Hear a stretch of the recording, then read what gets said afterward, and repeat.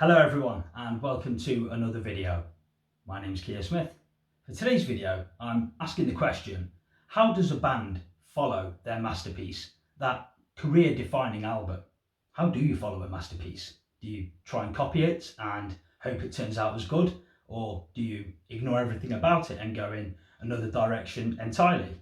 Or do you try and do something between those two things? It must drive bands and artists crazy trying to figure out what their next move should be. So for today's video, I'm going to talk about how the Eagles took on the almost impossible task of following up their masterpiece, Hotel California, which of course contained some of their best loved and most iconic songs. In the history of rock and roll, there's no doubt about it, Hotel California is a monster. Upon its release on the 8th of December 1976, it was lauded by critics and fans alike. The album went to number 1 in both the US and the UK, and in the US it hit the number 1 spot at 4 different times in the year 1977, a rare feat. Such was the popularity of the album.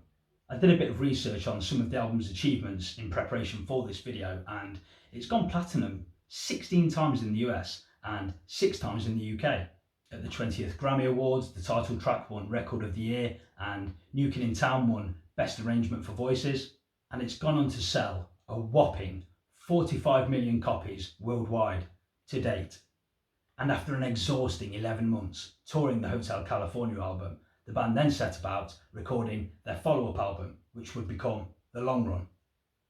The Long Run was eventually released on the 24th of September 1979. The record label had been getting nervous, wondering if the band could ever follow up Hotel California. And the band themselves joked about calling the album The Long One, just because it took so long to record. But could The Long Run possibly hold itself up alongside the great Hotel California as an equally great or even better album? Well, I'll take you through the album now, track by track, and tell you what I think.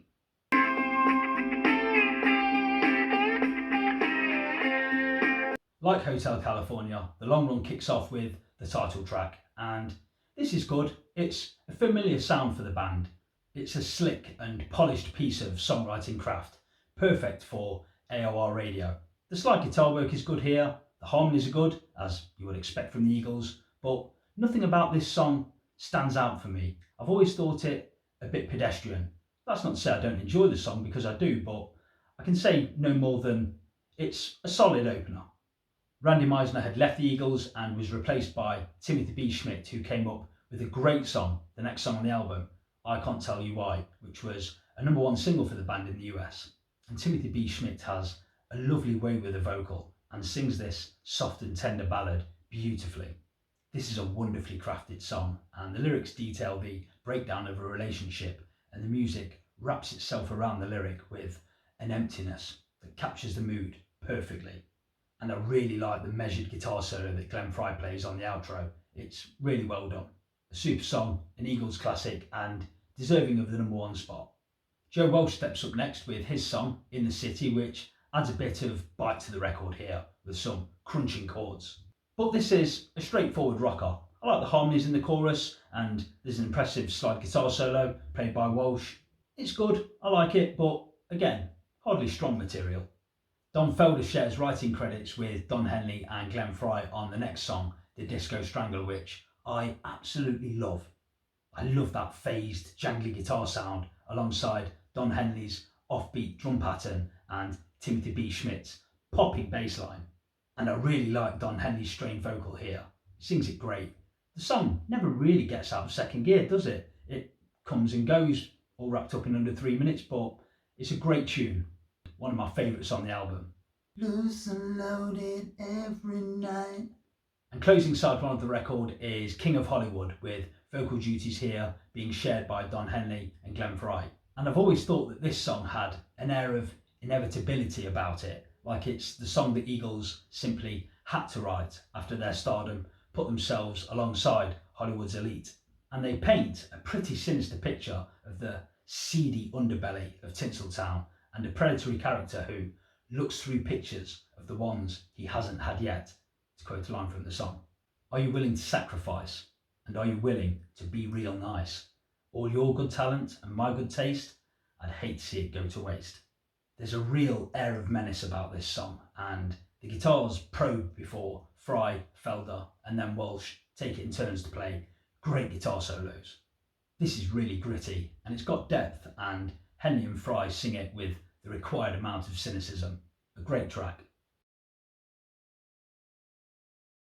Heartache Tonight opens side 2 of the album, and this was a huge hit single for the band, the lead-off single for the album in fact, and their last single to top the Billboard Top 100 Singles chart. It's an instantly likeable and memorable song with a big sing-along chorus, and it all started with the germ of an idea that Glenn Fry had. He had the line, "Somebody's gonna hurt somebody." Longtime friend and collaborator Bob Seger actually came up with the big chorus, and Joe Walsh plays some great slide parts here. Henley gives it a big backbeat and Fry lays down a great rock vocal. It has a real party atmosphere to it, indicative of the times. Another Eagles classic, a really good song. Those Shoes is next, and this too has a dark undercurrent to it with its snarling guitar sound and that double talk box and stylish guitar work by Felder and Walsh. And Henley's slow and heavy backbeat adds power to the song, and it's a sound that you wouldn't normally associate with the Eagles, but that's what makes it an interesting and engaging listen. The vocal stylings are great, and this is another side of the Eagle. It rocks, and I really like it. Teenage Jail is next, and this too is a different sound for the band, and it's a song that always reminds me of Black Sabbath. Again, there's a dark menace to this song with its slow and grinding riff alongside Fry's deadpan lead vocal. But I'm not sure the song needs those backing vocals by Don Henley. When they come in, they always irk me slightly.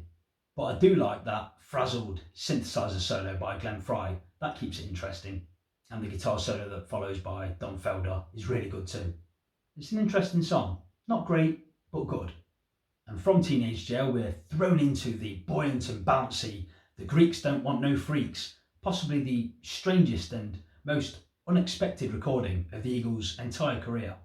This chirpy, mad tune has a really catchy sing-along chorus with background vocals by the Monster Tones featuring Jimmy Buffett. But this song is so out of step with the rest of the album, I can only assume that the band thought it served as some light relief between arguably stronger material. But that said, I rather like it. Put a little smile on those rosy cheeks, because the Greeks don't want no freaks. Madness. And that brings us on to the beautiful closing track, and for me, the jewel in the crown of the long run. My favourite song on the album, The Sad Cafe. Oh, this has a lovely melancholic feel to it, from the opening chords on the electric piano to the lovely lead guitar work by Don Felder that soon follows. It's a beautiful song that looks back wistfully, sung beautifully by Don Henley, and the lyrics are so evocative. Out in the shiny night, the rain was softly falling. It sets the mood and feel for the song immediately.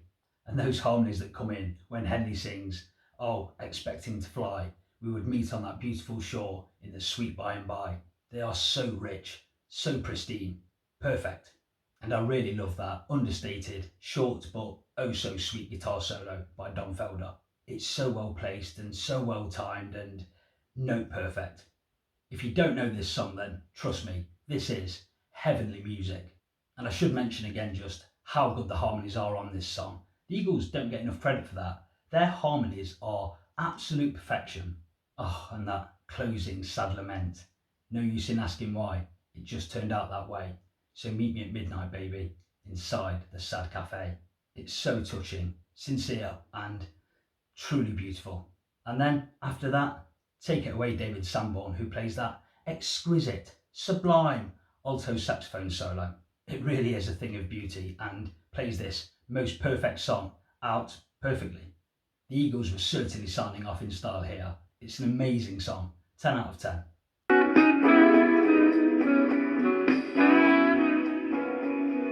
So that was The Long Run by the Eagles, and to answer my question that I asked at the start of the video, how do you follow a masterpiece?